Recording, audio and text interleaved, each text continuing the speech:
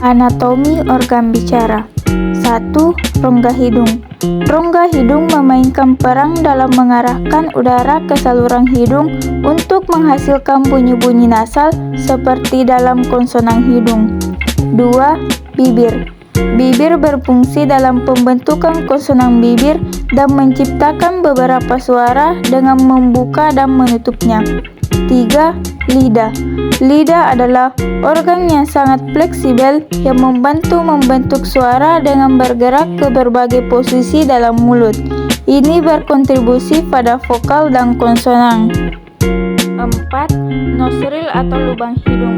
Nosril atau lubang hidung adalah bukaan di hidung manusia yang digunakan untuk menghirup udara. Fungsi utama nosril adalah sebagai pintu masuk dan keluar udara selama proses pernapasan. 5. Gigi. Gigi digunakan dalam beberapa konsonan dengan menyentuh atau mendekatkan gigi atas dan bawah untuk menghasilkan suara tertentu. 6. Mulut.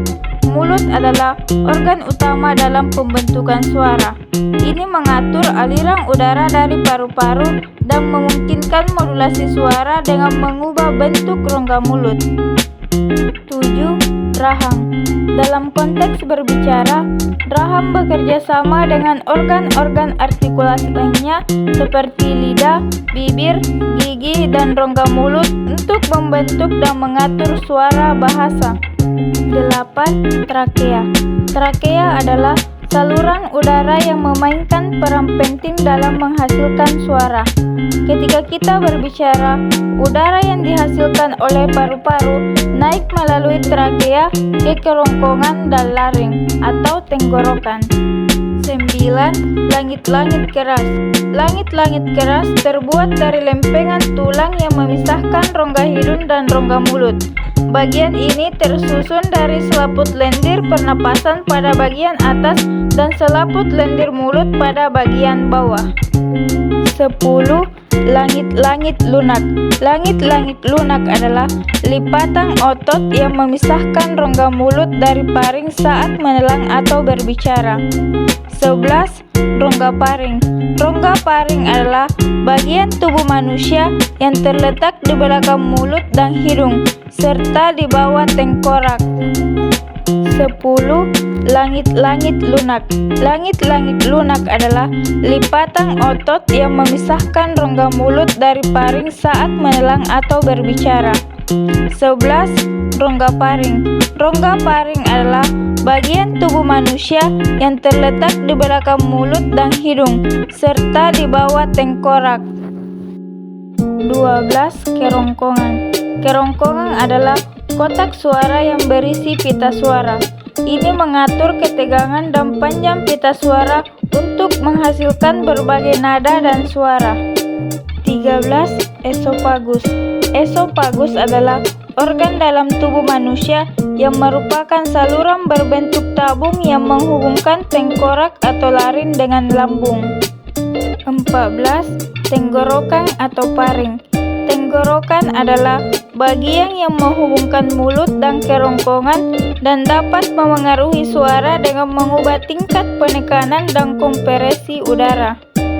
15. Paru-paru. Paru-paru adalah organ yang bertugas untuk mengolah udara yang masuk dan memisahkan oksigen dengan karbon dioksida. Proses pembentukan suara.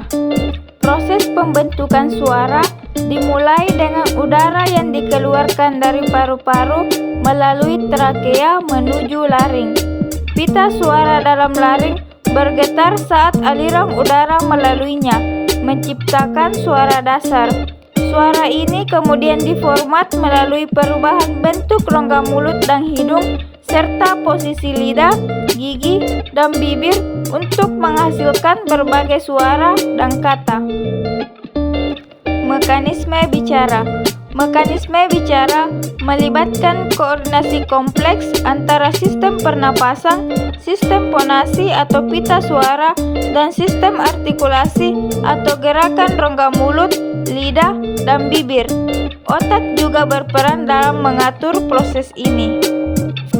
Contoh, ketika Anda mengucapkan kata kucing.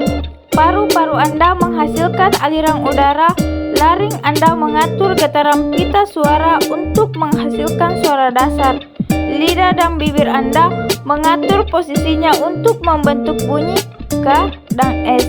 Dan rongga mulut Anda membantu membentuk bunyi U dan I.